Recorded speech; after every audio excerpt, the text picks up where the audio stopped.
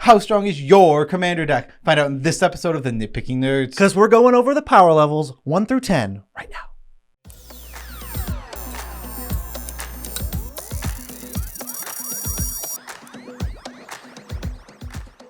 I'm your host, Joe Cherries. I'm your host, Beezy, and that makes us the Nitpicking Nerds.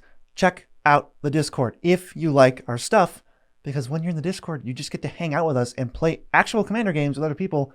There's also the Patreon if you're really feeling it, but let's just get into the video. What are we doing today, Joe Cherries? We are going over the power scale, how we define it and how we view the power scale, 1 through 10. And what we did with this scale is we made sure no decks will be excluded. So a deck that you make that is just 100 islands will fit into this scale. Well, 99 islands and a mono blue commander that is legal will fit into this scale. Your super CDH deck fits into this scale. So you can take your decks, plug them in, and then I'm actually curious where they would place based on our scale. Yeah, exactly. So any deck will fit on the scale. We wanted to make sure of that. We didn't want anything to be excluded. Yes. The only thing we have to do right now before we get in is define 3 terms that we're going to use later. I'm going to just read them off and then Joe can get into the first power level. First one.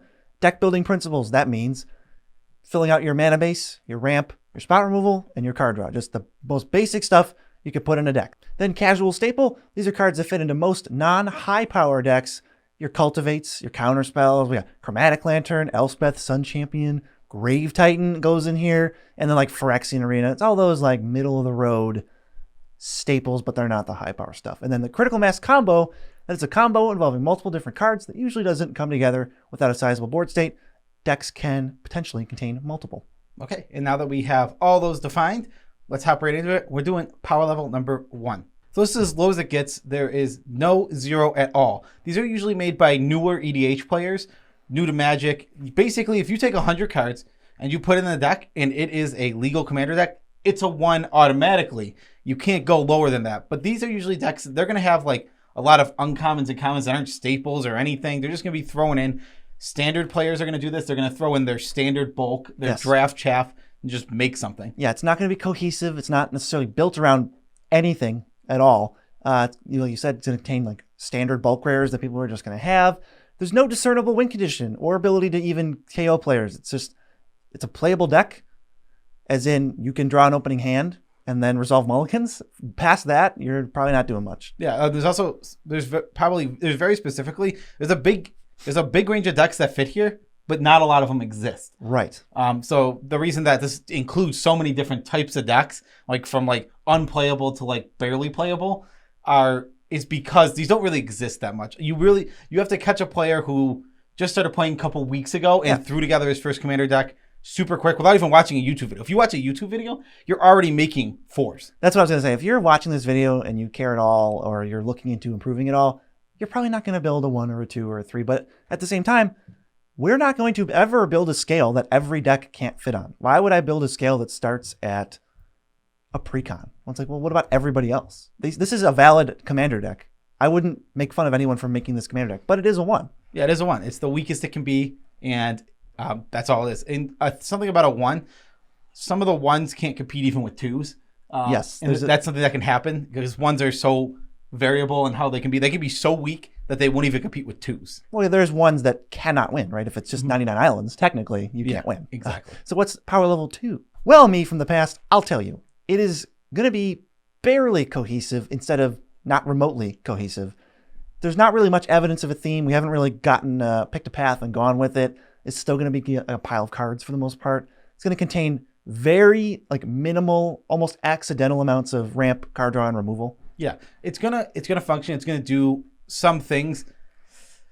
It has a potential in that kind of player with some combat steps. Right. It's never gonna do it fast. If it's gonna kill a player, these decks, it's gonna take them a while. Yeah, if you have a couple big mythic rares and you get to play them back to back, maybe you can take somebody out. But I would say your chances of winning are very low. Yeah, these decks are gonna be inconsistent at best. They're not gonna be doing very much. You'll win sometimes, especially if you sit down with decks around your power level. But again, this is another power level in 2 where you're just not going to see it often.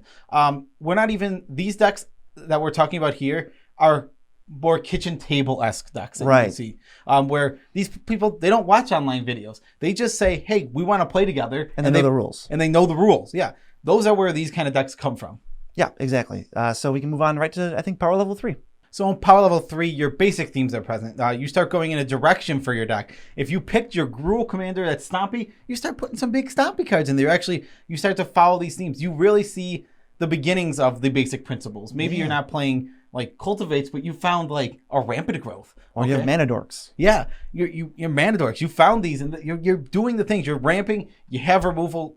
You're not quite there yet. You could potentially win with these through combat alone, one player at a time though. You're not going to knock out multiple players in these type of decks. You're just going to go, hey, I have one good. I opened this Apex Devastator once. Oh yeah. And I just beat everyone up with it, and they all died. Yeah, nobody can answer it with a board wipe or anything, so I just attacked somebody twice and they died, and then attacked that person twice and they died, and then the other person was mana screwed, and I got there. It's like, yeah, you could. This is the earliest deck where I'd say, yeah, you could win. Yeah, exactly. These have the potential to win. Again, I don't think anybody who's watching this video is going to build a 3 or lower. I don't think not that you couldn't, right? But with your basic the worst players watching this video can build a 4. Yeah, it's just not understanding the format, or I guess you could also just refuse to put your ramp and your card draw and your removal in, and that's fine. But that's going to put you at 3, 2, or 1. Not that it's literally not a big deal what you play at. I'll play at any level, although I guess I'm just not going to build decks that are like 4 or lower. 4 is the lowest I would ever build a deck for. In fact, you have a 4. Oh yeah, let's get to it. Yeah, so this is power level 4, and at the end of this, we're going to talk about, for each power level, we're going to mention the decks that we own that are within that power level.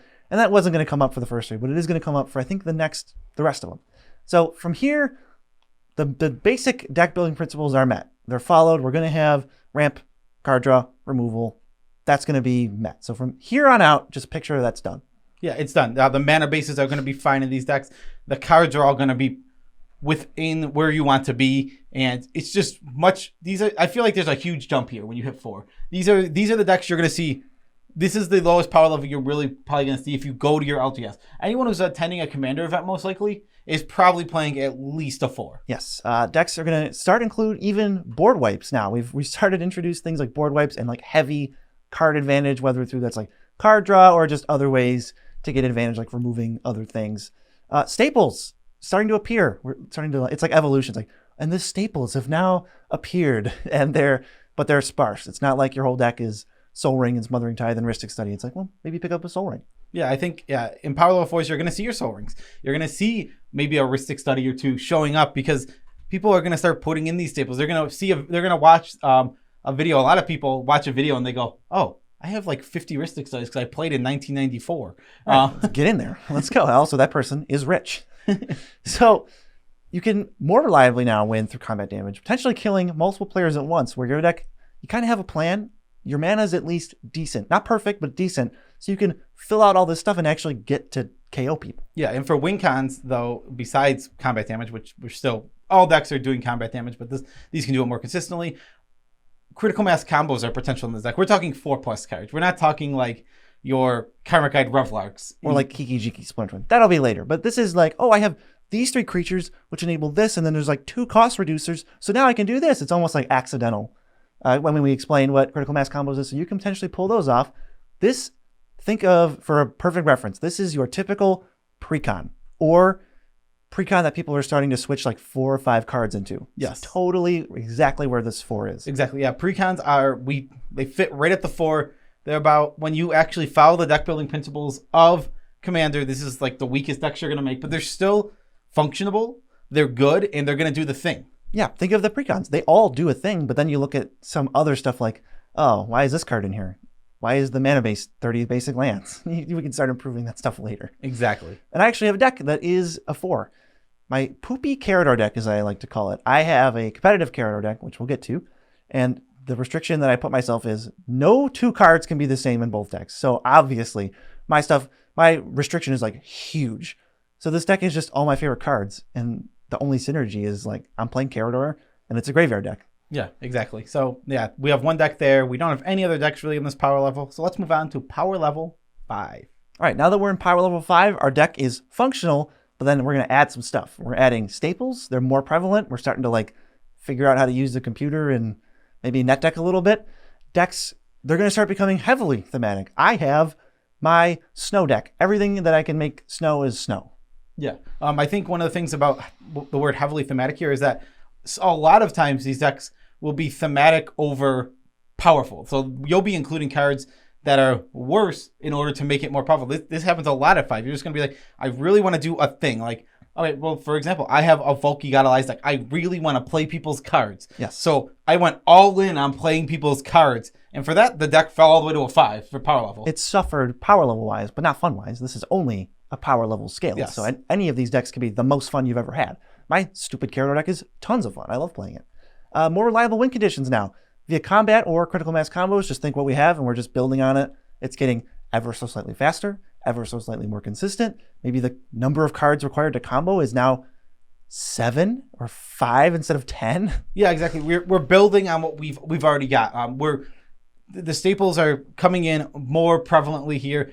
Again, I think the heavily thematic thing is something you're really going to see at 5. Like, the decks are really focused in what they want to do. Speaking of which, my deck that's at a 5 is literally just trying to get Imperial Archangel from my deck into play and then put a bunch of auras on it. We did a deck on it, but it's my Tuvasa the Sunlit deck.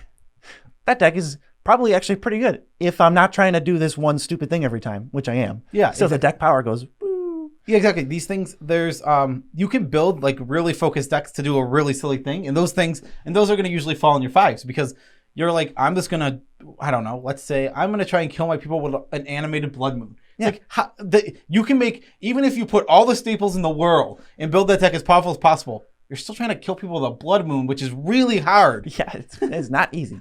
So power level 6 now, we're over the halfway mark. Power level 6, we are now actively playing the casual staples. You're going to see Soul Ring and Smothering Tithe and Mystic Study, all of it in the same, wherever they can go. All those EDH Direct top 100s that people love to play, they're in. Decks becoming more consistent. We're actually getting like evidence of consistency. Yeah, not just, but what you just did is you said casual and non-casual staples, like actual really good staples too. But we're seeing a lot of the casual staples, a lot of them. Like we're gonna see our Grave Titans and all that kind of stuff, all that big splashy stuff that people love playing. Right? Yeah. Sorry. Yeah, the casuals. The 6 we listed in the beginning. Yeah, that type of stuff. Yeah, exactly. You're gonna see all that kind of stuff, but you're also gonna see some of the bigger, badder stuff too, mixed in with it, like the Ristic Studies, like the Smothering Tides. Sprinkle them in a little bit. Combos, critical mass, or otherwise, are now easier to execute. Maybe you have some kind of like 3-card combo rocking and rolling. I think of this power level 6 is when you're really starting to see 2-card combos, and they're going to start getting executed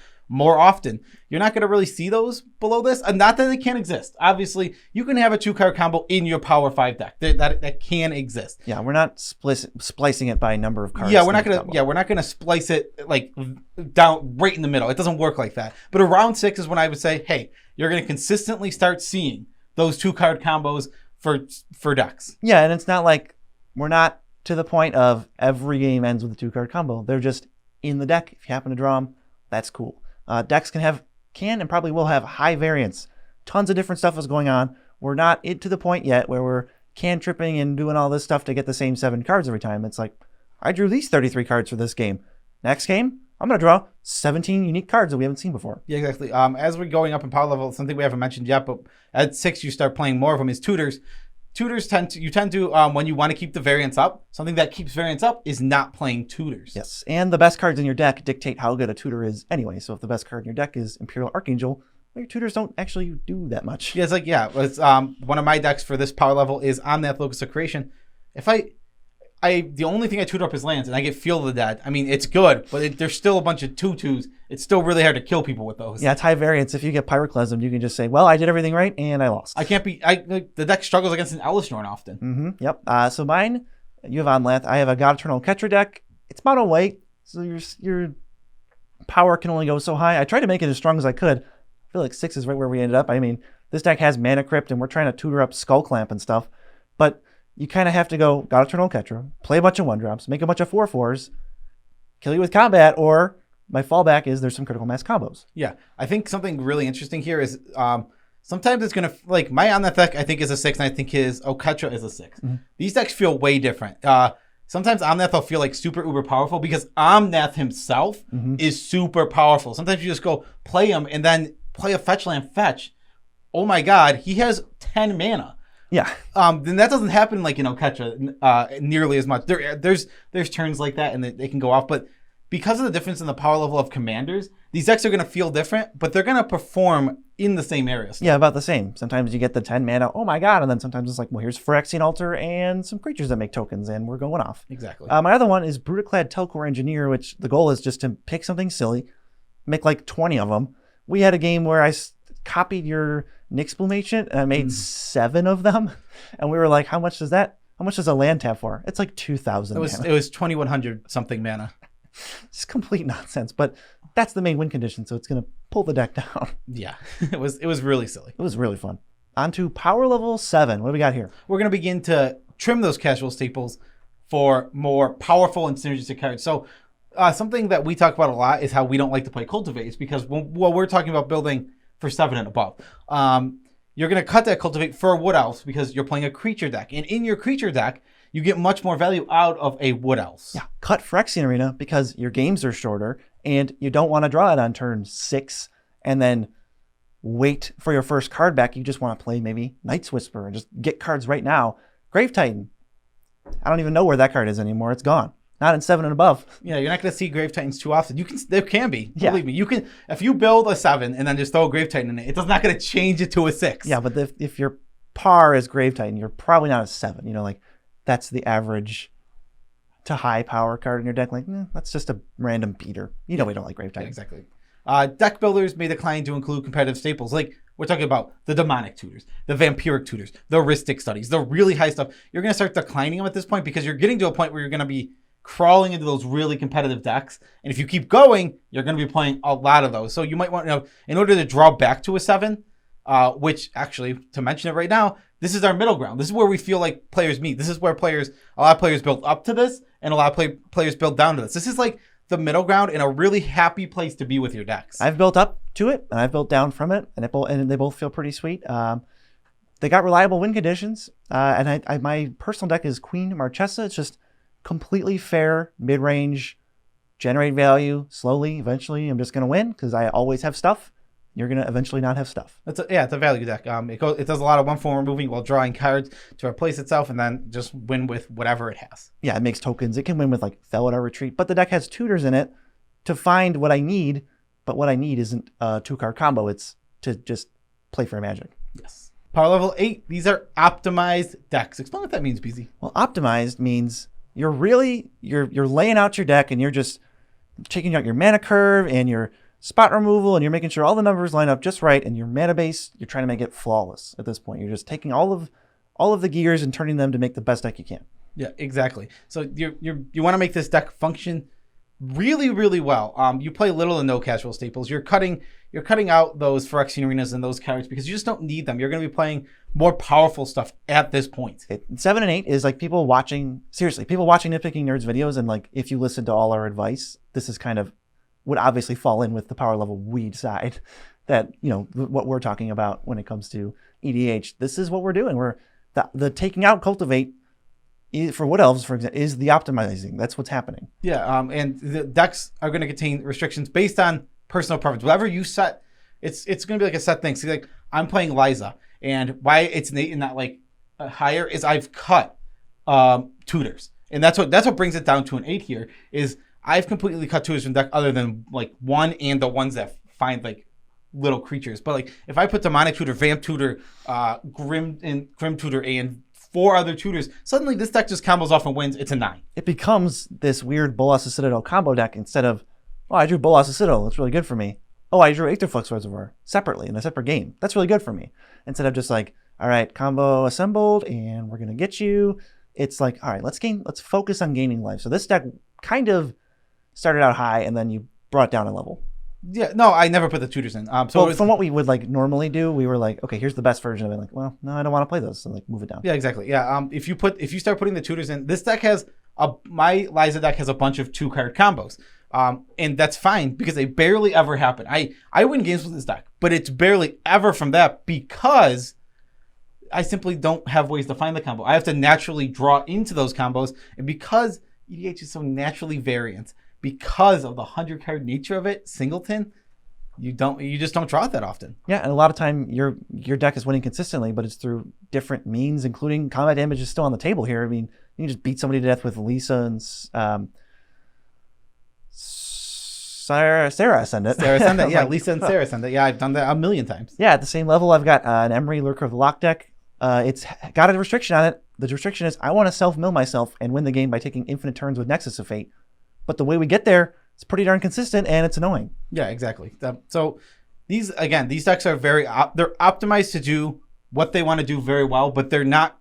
There's like a few screws that you can start turning to really like just be like, put those tutors in my Liza deck, or cut that like little theme of self-milling yourself from your Emery deck, and all of a sudden you've got this like amazing deck. You can tune these decks very easily to B9s, but they're not quite there. We're optimized for an objective, but then we start to be, as we go higher, optimized to win. Exactly. I think that's perfect. Yeah. We're optimizing for an objective, or like my objective of Liza is play a life gain deck, a good life gain deck. I'm optimized for that, not to just win the game. Yeah, you're trying to hit 60 life. I'm trying to get 0 cards in my deck. Yeah, exactly. What's next? Okay, power level 9. We're almost there. This is highly optimized. This is the highest point before we'll get to the next level, but it's the highest point of regular EDH. Yes. These are the highly optimized, as good as you're going to get in regular EDH, and we'll explain what that means exactly, especially when we go into the next one. It'll really help to distinguish this. These decks are playing tons of tutors. They're looking to win quickly. They're looking to win almost as quickly as possible. Consistently and quickly. Yeah, we're like, okay, I got plans A, B, and C, and let's try to get there. And at this point, at power level 9, if you think your deck is a 9, it's not winning with combat damage. Except for maybe the only thing I can think of as an example is an Outball that's winning with Crater Hoof. But that's different. That's about the only time that you're winning with combat damage. Other than that, this is all combos. There's some like infinite combos that involve combat. Obviously, that's really more of a combo. If you can make infinite combat steps, I'm just going to go ahead and call that a combo. And besides anything, I'm still going to call it a combo Crater Hoof's not technically a combo, but it does such a ridiculous amount of damage that we can put. I'm going to list Crater Hoof into the combo part. Close enough. Close enough. It's only technically combat. You attack for 200,000. Yeah, exactly. Right. If there is a theme, it is maximally built around. We're doing this thing, but I'm trying to win. My only restriction is X. It's like, yeah. So for an example, BZ's Carador deck. He's playing Carador, so it's a graveyard deck. But so what's the best way to win the graveyard deck? Well, reanimating Protean Hulk and killing it, and then winning, because when that thing dies, you win. The literal only restriction of that deck is I love Carador. That's my commander. Everything else I'm tuning as highly as possible. So I guess you could say it's like 99% tuned or something, but it's all built to be the strongest Carador deck I can make. We got Hermit Druid in there. We got plan A is Protean Hulk. We're going to win with that almost every time. Yes, exactly. Yeah, the deck wins with Protean Hulk. These decks also, I think power level 9, they start getting a little samey. The games are going to feel, if you play a lot of power level 9 games with the same deck, you're going to win the same way a lot of times. And those are going to, I'm not saying that's fun. I'm not saying that's not fun. Doesn't matter. It's just a thing. Is true. It's just, yeah, it is a symptom of playing power level 9. Yes. I have another power level 9. It's Dargo Kesket. Kind of the only restriction there is the commanders. But then again, I guess you could say Kesket is the only real restriction on the deck, because it's trying to go infinite by casting Dargo infinite number of times, just churning through the library over and over and over and trying to find these critical, it's just all critical mass combos. There's like 20 different ones, but then there's also just 2-card I win right now combos. Yeah, I mean, Dargo goes infinite with anything so much. Yeah, Phyrexian Altars. Yeah, Phyrexian Altar, all you need to do is add a payoff, and it's over. Yes, and there's plenty of those. So both of those kind of fall in 9s. I think Carador is a little bit better. Dargo Kesket's still the lower end of a 9 because it meets all these criteria. Okay, so I want to, jumping right into power level 10. This is basically, I consider it, and I think I've discovered something. I know what we call CDH a different format, okay? Uh-huh. I've discovered that there's a weird formality in the word format that people don't like, that it's not a different format because it follows the same rules. So whatever word you want to use to separate these two, I don't care. We consider a different format basically, but CDH decks these are fully optimized decks 100%. There is nothing holding you back. There's not a budget holding you back. It's everything. You're going to play the most expensive card. You're going to play the best card. You're going to try and do a combo on turn 1 if you can. Well, to be clear, you're only playing the most expensive cards if they're the best cards. So you look at, That's fair. I want to win, right? Objective 1 is win. Now you can choose your deck, right? Like we decide to, it's like, all right, I want to play Carador. Well, now I want to win with it. It's like, no, I want to win. what are the 20 best, decks that kind of exist. There's almost like archetypes, and then the decks are the same. And then what commander do you want to supplement it with and switch out 5 or 6 or 7 cards? So there's no like, I want to do this really cute thing. It's like, no, I'm going to try to win. And there's a metagame for this. There is no metagame for lower power. Or 1 through 9, there's no metagame. It's just impossible. There never will be a metagame, and it doesn't exist. But when you're fully optimizing your decks, you're putting winning first. Winning goes first in these games. That's when you just get to the point where like, okay, now we're metagaming for each other. You're going to start seeing things. You're going to see mental missteps. Mental misstep in 9 and lower is awful. Spell Pierce. These cards aren't good in power levels that aren't 10. But in 10, those cards are great. Yeah, once you agree that the goal when deck building is to win, everyone's having a fun time because all the action is now restricted like the first 5 turns, and someone's going to aggressively go crazy. Everyone's going to try to stop them, and then someone else is going to go aggressively crazy, and it just rotates until somebody can get to win.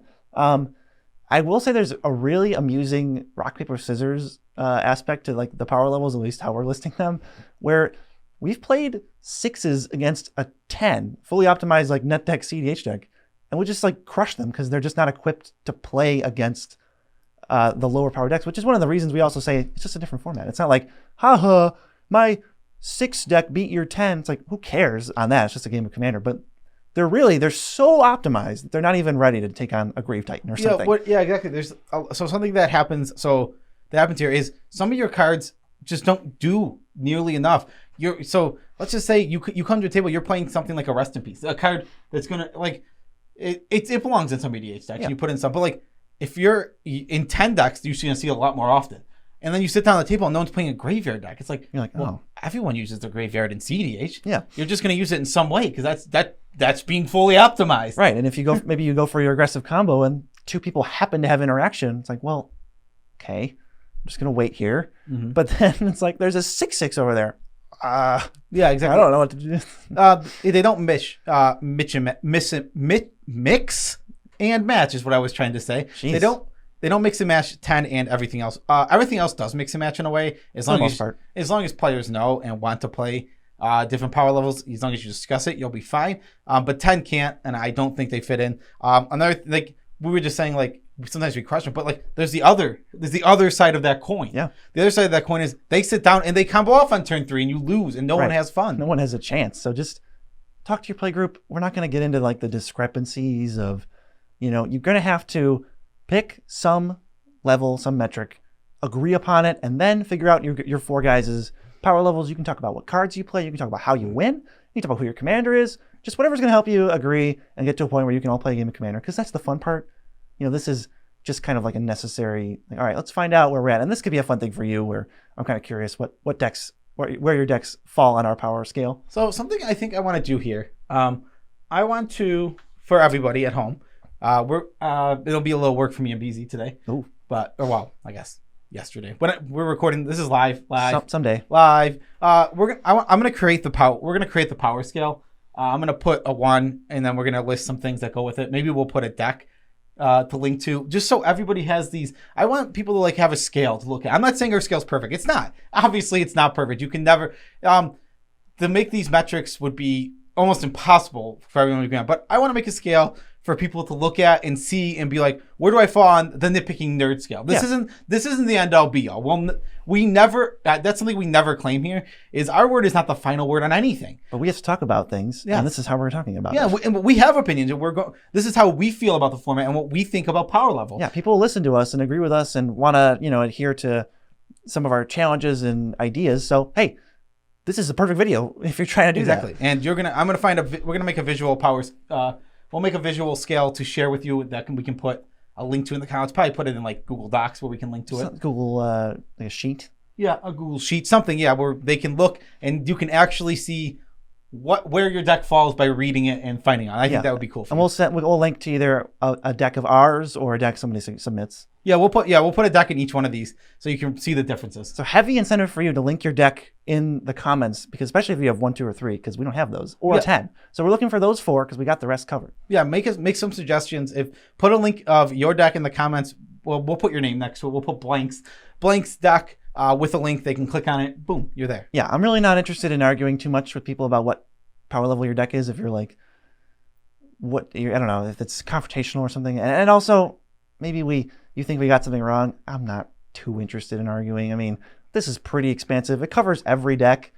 And I think each one is distinct enough. So I'm just not going to. Yeah, and there's blurred lines. There's always going to, I don't think there's a way to really make this so definitive and perfect that no deck will. I think even when we were talking about our decks, we were falling in between here, and we're like, well, which one is this? And that's going to happen every time. You can never set these definitive standards. It's impossible. Yeah. Because, like I said, my Liza deck, which it sometimes just feels like I'm playing big lifelinkers, and it's like, but it's still really good. It's weird, and grading decks is hard, and it's always going to be hard. Yes. So if you want to do a 0.5, if you're like, I don't know if I'm 7 or 8, well, I guess then you're 7.5. Sure. So that's enough. I don't really want to talk about this any more than that because we're probably going to end up repeating ourselves. But that was the video. Joe, do you have shout-outs? Yes, special shout-outs to all of our patrons. We love you all as much as we can without making you uncomfortable. Thank you guys so much. I'm not going to say the goal that we hit, but we just hit a goal that me and BZ have had for Patreon. Thanks every single one of you that has either supported us in the past or the present. Thank you all. We hit a goal on Patreon for us, and we truly, truly appreciate it. You guys are making this become a full-time job for us. Our goal is to make this full-time so we can be here talking about Magic all the time. With shorts, I feel like that is rapidly approaching. Shorts are like helping us out big time. I'm glad you guys like the shorts. They're so much fun to make, honestly. And I just want to keep putting out content and just making some crazy good stuff. You can also support us if you are like, I love all of that, but I don't have any money. You do have money for Magic cards. Everybody has money for Magic cards. So when you're buying them, you can use the TCG Player link to buy the cards as normal. Now at checkout, TCG Player says through magical stuff, oh, the Nitpicking Nerds sent you here. We're going to give them money. Yeah, they use magic to do that, actually. It's incredible. They showed us the magic trick. We can't reveal the secret. I didn't even know how it was done. Yeah, it's insane. I can't believe they do it that way. No, they pulled a. That's a cat. That's my cat. She wants to get in. We got a tidbit. Is it my turn? Yes. Got one this time. Don't worry. Immediately. So, tidbit, I just wanted to point out the joke when we're talking about power level of like everybody thinks their deck is a 7 because it's kind of true. People don't necessarily want to say that their deck is like a 5 if they tried to make it a 7 and they didn't get there, with the other whatever scale the other person is using. I just think it's really amusing. Yeah, it's really interesting, and it's a funny thing. Everyone's deck is a 7 is a running gag within. Oh, and there's a cat. Everyone's deck is a 7 is something that people say because that's where you put your own deck. You don't want to think. But when I was looking at this, my triple deck is just a 5. It doesn't bother me that my deck is a lower power level. It's what I built. I have a lot of fun with it. It can win. So if you meet all those things, don't worry about where your deck falls. It doesn't matter. It doesn't matter where your deck is on the scale. What matters is discussing it and knowing where you stand and what your deck's gonna be able to do. And making sure we're not accidentally pub stomping people. Yes, don't pub stomp people. That's the worst. But we gotta go. Amber, my cat, says goodbye. Does she? Yeah, she does. She's not gonna like whatever you're doing. Peace out, Trip Scoop. She loved it. She didn't hate it.